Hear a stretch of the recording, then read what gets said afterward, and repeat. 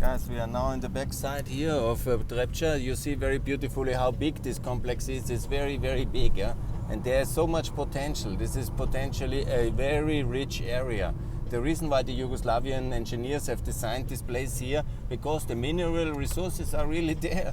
You know, it's a 1 trillion wealth here in this beautiful country. Underneath, yeah? Underneath is this 1 trillion legacy of coal and metal and all this material. But look at it in that condition. And when you talk to anybody here, it's always like this, you know. Everybody wants to go to Germany, Austria, Sweden, because it's of course a well-organized economy. There is the investment levels already, and they want to have a better future and a better life for the children and themselves. And of course they have the economic mechanism of Central European working economy. But here is also this potential. But why it's not possible to lift it? Because of the political conflict, because of the lack of property and legal ownership we are discussing, and settlement of all these important issues. And then the post-Yugoslav, of course, problems, yeah, the industrial legacy is then in this kind of condition here still in 2022. And then, despite all this kind of potential and the capacities and the human resources and, of course, the Euro and NATO and all this, because we have not made a lasting peace and we have not solved the property-related issues, we have, of course, a situation where all these very young people and very dynamic and hardworking people, what will they dream in the night? Yeah, they will dream in the night to go to Austria and Germany and Switzerland, because of course the salary levels and the economic conditions are much better. And then obviously we exactly achieve, of course, a united Europe, but the one very fast, where the people move with their feet, because they move to Central Europe, because there the economy is working, the need for the labor is there, and then they have, of course, much better educational, healthcare facilities and also much better income potential. And then they come back here and they invest basically in apartments which they use only in the summer. This is the circle of things. And we will not change it by basically blocking it or excluding Kosovo, or by saying that we will just in 100 years accept them or keep the visa here and then everybody stays here, but there is not the settlement, there is no peace settlement, there is no lasting way to have a lasting peace built, and there is no settlement of the industrial and property owner related issues. And then of course there is a massive lack of investment capital, because the government doesn't have these resources nor the competence to do what the DG Environment has done in all the other EU countries, and basically cleaning up the communist industrial legacy and then clearing it out with whatever kind of legal mechanism, and then technically clean the whole process up, provide the funding for it, and then revitalize the natural resource exploitation of the countries. Yeah? Because Kosovo has this 1 trillion wealth, but we cannot use it, they cannot use it, and they can only use in very small scale of activities, as you see on the side of it.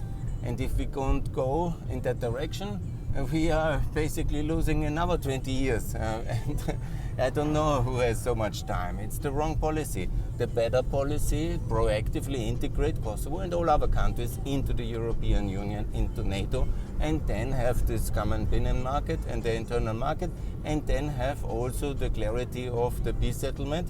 And based on that, you then liquidate the asset, you revitalize the asset, you clean the past legacy issues, environmental burdens, and then you put it back on the economic circle.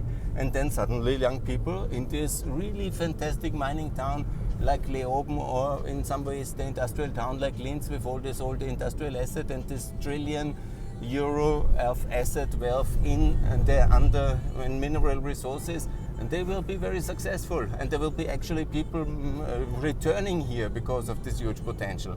And that's the possibility of a better future for European Kosovo, also in the north of Kosovo, and that's what we should all try to achieve. Because the present status quo of basically stalemate is not exactly a lasting fundament for peace, and that we should avoid to somehow portray as it's working. No, it's not working. It's just a kind of temporary moment. We need really to settle here for peace, and that's so important. And I've already outlined how to do it. And I call again European offer for Serbia to have the euro as the currency for the recognition of Kosovo, and then to have also the lasting peace framework on which then the property rights issues are settled, and based on that one, a massive industrial investment package here in Kosovo in order to revitalize the north and the mineral resources to be lifted according to European standards, but in this decade and not in the next century. And this should be the way forward. And of course it will cost money, but it will also result in good economic results, because there is of course also major mineral wealth under the earth of Kosovo, and it will be a good investment, and it will be the most important question, obviously, it will be the lasting peace of the Balkans, secured by NATO inside the EU and by the euro, and I think that's the most important question here. So far our trip to Mitrovica now, and yes, I think it is a big challenge, but it's also very important. There has been major progress, but not enough, and we need really now to push for peace and to have a lasting settlement. That is the way forward.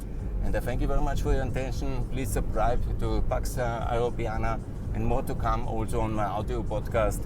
And thanks a lot for watching, and more tomorrow from our trip to Skopje. Thanks a lot. Bye.